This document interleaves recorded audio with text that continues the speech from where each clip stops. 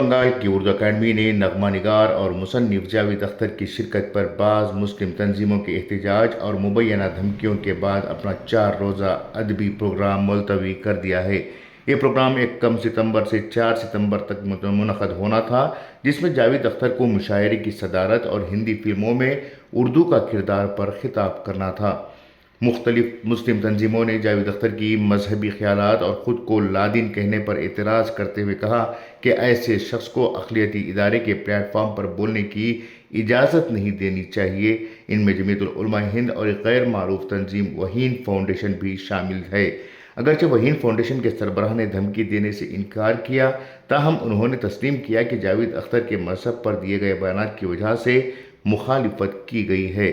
ادبی حلقوں میں اس پروگرام کو بڑی دلچسپی سے دیکھا جا رہا تھا اور منتظمین کے مطابق تمام کارڈز کئی روز پہلے ہی فروخت ہو چکے تھے، لیکن حالات کے پیش نظر اردو اکیڈمی نے نامساعد حالت کا حوالہ دیتے ہوئے اچانک پروگرام ملتوی کرنے کا اعلان کر دیا ہے۔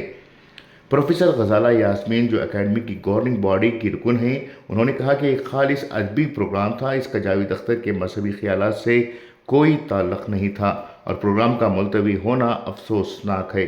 جاوید اختر نے بھی رد عمل میں کہا کہ میری مخالفت ہندو اور مسلم دونوں تنظیموں کی جانب سے ہو رہی ہے، اس کا مطلب یہ ہے کہ میں کچھ صحیح کر رہا ہوں۔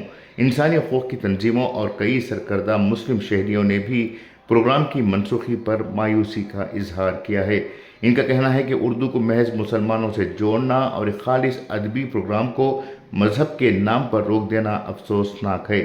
یہ تنازع صرف جاوید اختر کی مخالفت تک محدود نہیں رہا ہے، بلکہ ایک بڑے سوال کو بھی جنم دیتا ہے کہ کیا اردو صرف مسلمانوں کی زبان ہے؟ کیا ادب محض اسلامی ہے؟ جبکہ تاریخ گواہ ہے کہ کئی غیر مسلم ادیب اور شاعر اردو کے بڑے جلسوں میں شریک رہے ہیں، اور اسلامی تاریخ میں بھی بعض صحابہ کرام نے یہودی شعراء کے اشعار کو پسند کیا تھا۔ ایسے میں جاوید اختر کی جو مخالف ہو رہی ہے، وہ اردو زبان کے لیے ہی ایک بڑا داغ بن رہا ہے۔ بیورو رپورٹ، انقلاب نیوز، کلکتہ۔